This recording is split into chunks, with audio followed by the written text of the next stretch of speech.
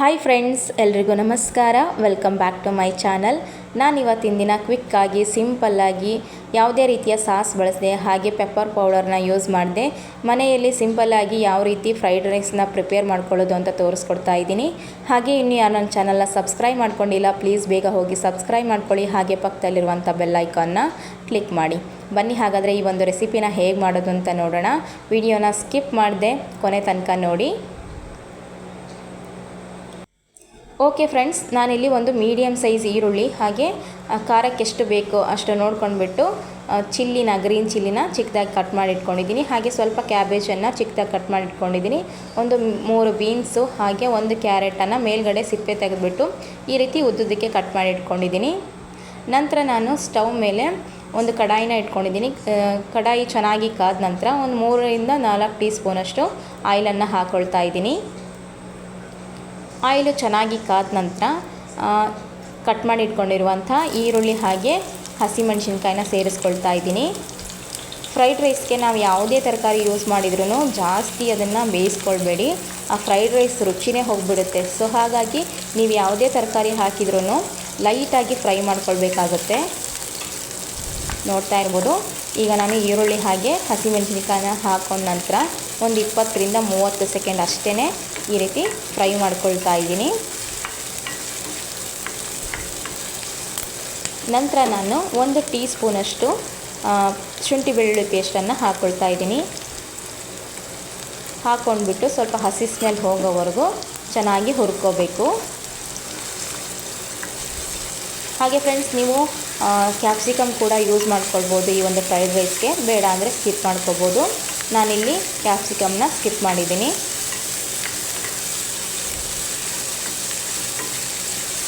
Okay friends, ಇವಾಗ ಹಸಿ smell ಹೋಗೋವರೆಗೂ ಚೆನ್ನಾಗಿ ಹುರ್ಕೊಂಡಿದ್ದೀನಿ. ನಂತರ ನಾನು ಕಟ್ ಮಾಡಿ ಇಟ್ಕೊಂಡಿರುವಂಥ ಕ್ಯಾರೆಟನ್ನು ಹಾಕ್ಕೊಳ್ತಾ ಇದ್ದೀನಿ. ಕ್ಯಾರೆಟ್ ಹಾಗೆ ಬೀನ್ಸನ್ನು ಹಾಕ್ಕೊಳ್ತಾ ಇದ್ದೀನಿ. ಕ್ಯಾರೆಟು ಮತ್ತು ಬೀನ್ಸು ಸ್ವಲ್ಪ ಬೇಯಲಿಕ್ಕೆ ಟೈಮ್ ಬೇಕಾಗುತ್ತೆ. ಸೊ ಹಾಗಾಗಿ ನಂತರ ನಾನು ಕ್ಯಾಬೇಜನ್ನು ಹಾಕ್ಕೊಳ್ತೀನಿ. ಯಾಕಂದರೆ ಕ್ಯಾಬೇಜು ಎಣ್ಣೆಯಲ್ಲಿ ಬೇಗನೆ ಫ್ರೈ ಆಗಿಬಿಡುತ್ತೆ.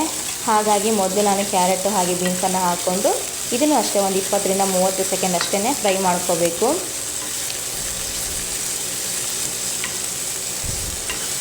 ನೋಡಿದ್ದಲ್ಲ, ಈಗ ಚೆನ್ನಾಗಿ ಫ್ರೈ ಮಾಡ್ಕೊಂಡಾಗಿದೆ. ನಂತರ ನಾನು ಕ್ಯಾಬೇಜನ್ನು ಸೇರಿಸ್ಕೊತೀನಿ. ಹಾಗೆ ಫ್ರೆಂಡ್ಸ್, ನೀವು ಕ್ಯಾಬೇಜನ್ನು ರೈಸ್ ಆ್ಯಡ್ ಮಾಡ್ತೀವಲ್ಲ ಆ ಟೈಮಲ್ಲಿ ನೀವು ಕ್ಯಾಬೇಜನ್ನು ಸೇರಿಸ್ಕೊಳ್ಬೋದು. ಯಾಕಂದರೆ ಅದು ಕ್ಯಾಬೇಜು ನಮಗೆ ಬಾಯಿಗೆ ಸಿಗ್ತಾ ಇರಬೇಕು ತಿಂತಾ ಇರಬೇಕಾದ್ರೆ, ಅಂದರೆ ನಮಗೆ ಫ್ರೈಡ್ ರೈಸ್ ರುಚಿ ಚೆನ್ನಾಗಿರುತ್ತೆ. ಇವಾಗಲೂ ಕೂಡ ಯೂಸ್ ಮಾಡಿ ಹಾಕ್ಕೊಳ್ಬೋದು, ಬಟ್ ಜಾಸ್ತಿ ಬೇಯಿಸ್ಕೋಬೇಡಿ ಅಷ್ಟೇ. ಲೈಟಾಗಿ ಒಂದು 10 ರಿಂದ 15 ಸೆಕೆಂಡ್ ಮಿಕ್ಸ್ ಮಾಡಿಕೊಂಡ್ರೆ ಸಾಕು. ಓಕೆ ಫ್ರೆಂಡ್ಸ್, ಇವಾಗ ಚೆನ್ನಾಗಿ ಮಿಕ್ಸ್ ಮಾಡ್ಕೊಂಡಿದ್ದೀನಿ. ನಂತರ ನಾನು ರುಚಿಗೆ ಎಷ್ಟು ಬೇಕೋ ಅಷ್ಟು ನೋಡ್ಕೊಂಡ್ಬಿಟ್ಟು ಉಪ್ಪನ್ನು ಸೇರಿಸ್ಕೊತಾ ಇದ್ದೀನಿ. ಸೇರಿಸ್ಕೊಂಡು ಚೆನ್ನಾಗಿ ಮಿಕ್ಸ್ ಮಾಡ್ಕೊಳ್ಬೇಕು. ಹಾಗೆ ಫ್ರೆಂಡ್ಸ್, ಈ ಒಂದು ರೆಸಿಪಿನ ನೀವು ಡಿನ್ನರ್ಗೆ, ಲಂಚ್ಗೆ ಅಥವಾ ಬ್ರೇಕ್ಫಾಸ್ಟಿಗೆ ಯಾವ ಟೈಮಲ್ಲಿ ಬೇಕಾದರೂ ಮಾಡ್ಕೊಳ್ಬೋದು. ತುಂಬಾ ರುಚಿಯಾಗಿರುತ್ತೆ.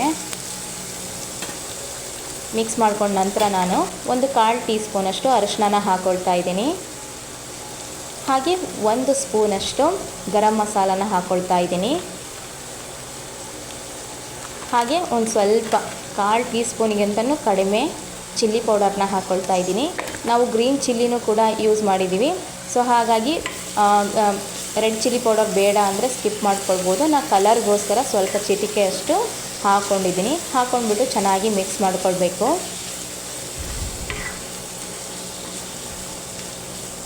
ನೋಡಿ, ಈ ರೀತಿ ಮಿಕ್ಸ್ ಮಾಡ್ಕೊಂಡ್ಬಿಟ್ಟು ಫ್ಲೇಮ್ನ ಆಫ್ ಮಾಡ್ಕೊಳ್ಬೇಕು. ನಂತರ ನಾನು ಮಾಡಿಟ್ಕೊಂಡಿರುವಂಥ ರೈಸನ್ನು ಹಾಕ್ಕೊಳ್ತಾ ಇದ್ದೀನಿ. ಅನ್ನನ ಮೊದಲೇ ಮಾಡಿರುವಂಥ ಅನ್ನನ ಮಿಕ್ಸ್ ಮಾಡ್ಕೊಳ್ತಾ ಇದ್ದೀನಿ. ಹಾಗೆ ಫ್ರೆಂಡ್ಸ್, ನಾನಿಲ್ಲಿ ಇನ್ನೊಂದು ಏನು ಹೇಳೋದಂದರೆ, ನಾನು ಬಿಸಿ ಅನ್ನನ ಹಾಕ್ಕೊಳ್ತಾ ಇದ್ದೀನಿ.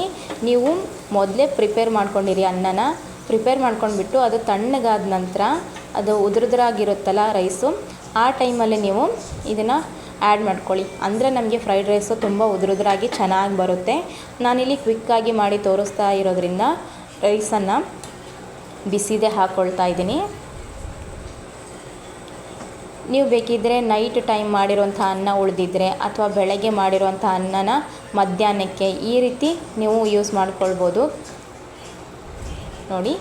ಅಂದರೆ ನಮಗೆ ಬಿಸಿ ಅನ್ನ ಹಾಕಿದಾಗ ಏನಾಗುತ್ತೆ ಅಂದರೆ ಅನ್ನ ಒಡೆದೋಗುತ್ತಲ್ಲ, ಮುದ್ದೆ ಥರ ಆಗಿಬಿಡುತ್ತೆ. ಫ್ರೈಡ್ ರೈಸು ಅಷ್ಟೊಂದು ರುಚಿಯಾಗಿ ಬರಲ್ಲ.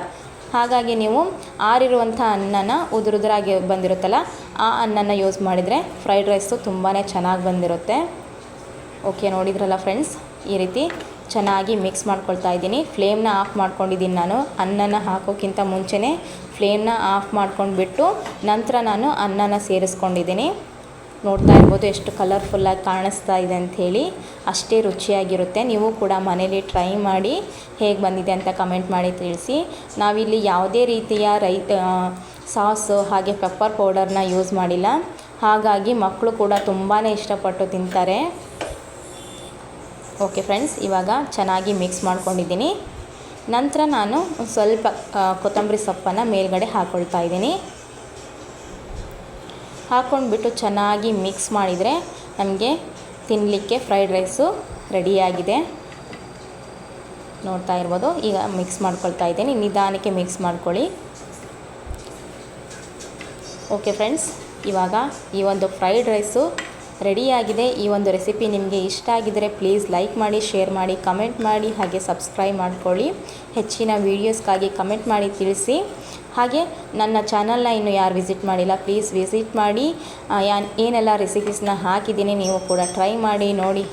ಹಾಗೆ ಸಿಗ್ತೀನಿ ನೆಕ್ಸ್ಟ್ ವೀಡಿಯೋದಲ್ಲಿ. ಅಲ್ಲಿವರೆಗೂ ಎಲ್ಲರಿಗೂ ಬಾಯ್, ಟೇಕ್ ಕೇರ್.